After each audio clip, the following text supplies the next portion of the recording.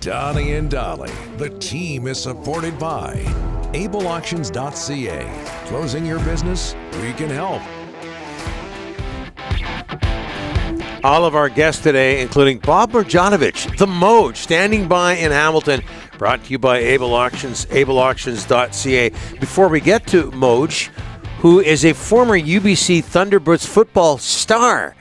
Some news surrounding the UBC, the current version of the UBC football Thunderbirds. Rick. All right, look at this. UBC beats Alberta over the weekend 28-27. They win the Hardy Cup. Last second touchdown, UBC quarterback Jarrett Rooker to Sam Davenport. Look at the fans going nuts. Place is jam-packed. That's how you win it. Donnie, last second touchdown. Doesn't get better than that. Look at them deep in the end zone celebrating. They're going to play host to St. Francis Xavier in the Mitchell Bowl on Saturday at UBC. Look at that crowd. Beautiful stuff. And one of 4 teams left, Donnie, for the Vanier Cup. And this is their 17th conference title for UBC.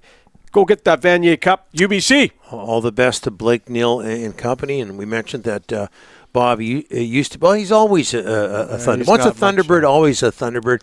The Moj, our friend, is in Hamilton. He called the Lions game, the Western Final, on Saturday in Winnipeg, which the Lions lost. He's in Hamilton right now for the 110th version of the Grey Cup between the Alouettes and Bombers. Moj, thanks for doing this. How are you? Well, first off, I don't think anybody ever used the word star in the same sentence with my name, but I'll take it anyway. Thanks for the props. That's true. Here at the Alouettes media availability session, so just doing a little, gathering a little intel, I guess, before we get to the game. So what exactly are you up to in Hamilton, and where can we catch your work, Moj? Well, we are doing 6 hours of programming that will be on bclions.com, also be airing on AM 1150 in Kelowna. So talking to just a bunch of people associated with the game, a bunch of the players and such. So, yeah, we're going to cover this thing from tip to toe for 6 hours. What kind of a job is Hamilton going to do of hosting this event? I think they're going to do well. And I say that because we were here a couple of years ago, and obviously it was restricted because of COVID. But they're going all out this time. All you have to do is look at some of the people that they've got coming on board, whether it's, Carrie Underwood, Green Day, all of it. And I think it's going to be a really festive atmosphere, and I think it's going to be a lot of fun. And usually, like, when you get the Grey Cup to these smaller towns, it's a really big deal, and I think that's going to be the case this year in Hamilton as well. Hey, Moj, Lions lose in Winnipeg to a terrific Bombers team on Saturday. How would you do, and Ryan was criticizing the Lions off the air recently, but how would you describe the Lions' 2023 season? It was good, but it wasn't great. I mean, clearly you want to take it to the next level. Last year, this team went to the Western Final and lost to the Bombers. They did the same thing this year. And it's interesting because talking to some of the people in the Lions organization, last year they kind of felt, okay, we got here, which is kind of okay. This year there was a feeling, okay, we're here. We have to win this thing to progress. They didn't. So now the big question is, how do you get by the Winnipeg Blue Bombers and finally get to the Grey Cup, which, by the way, next year is in Vancouver. Yeah. All right, Moj, when you look at this British Columbia team, oh boy, what do they got to do over the summer, the off-season to improve? What are the main key areas that Neil McElvoy's got to go out and say, you know what, we're going to improve here and tackle Winnipeg again next year?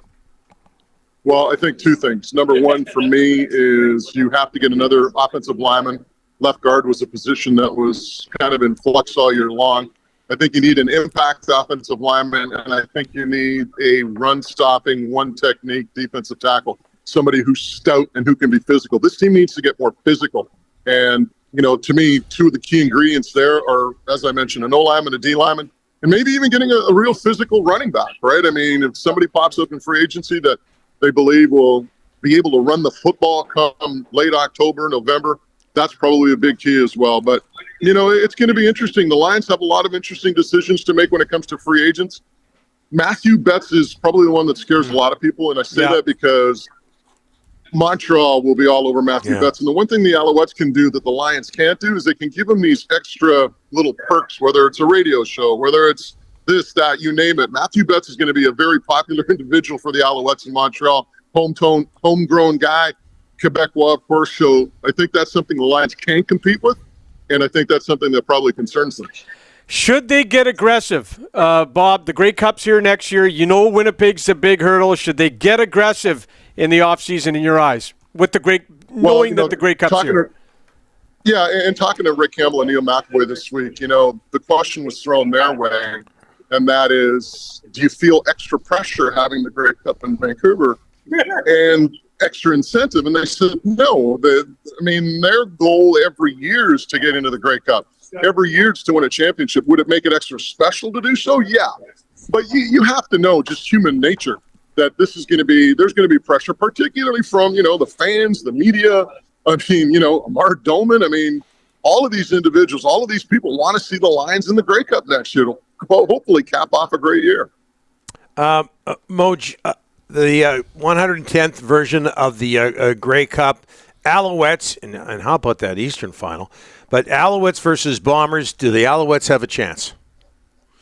Well, that's the million-dollar question. I don't see the Bombers turning over the football 9 times. Mm-hmm. So they're going to need they're going to need Winnipeg to make some mistakes and capitalize on those mistakes. That's, I think, the only way the Alouettes go out in this game and win it. I think if you just kind of manned them up across the board, I think the Bombers have a better football team. So if the Alouettes are to compete and win this game, they're going to need some explosive plays, whether they come on defense like they did last week against the Argonauts, whether they come on special teams, offense, you name it. But if you're going to look at the explosive plays in this football game at the end of the day, if the Alouettes have, say, like a 4-1 or 3-2 advantage or a 5-1 advantage, then they're in business. If it's the other way around, it's not happening. Okay, so what's happening tonight? Bear and beef somewhere? What's going on? Where's Moj hanging out? No, bear and beef.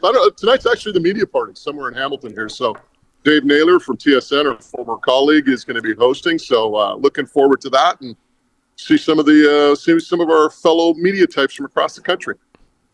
This doesn't sound like Bob Marjanovich at all. I thought there'd be a crazy party every night on the road. What's going on? Are you getting old? It's only Tuesday, gentlemen. It's only Tuesday. You got to give me a little while. I'll get warmed up. By Wednesday, Thursday, Friday, this is going to be all good. So we're getting ready to get ready to crank things up by the end of the week. It's a long week. It's only Tuesday. Hey. And by the way, before I go, I know you guys are going to punt me pretty soon. Congratulations, to the Hall of Famer there, Dollywall. Didn't even return my call for about 2 weeks. Hold on, I did. I didn't. No, I picked up the phone eventually.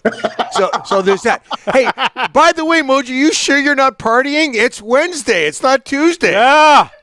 I don't know. Oh yeah, it is Wednesday, isn't it? Yeah. Okay. Have another one. Another one. It was a long weekend. You're excused.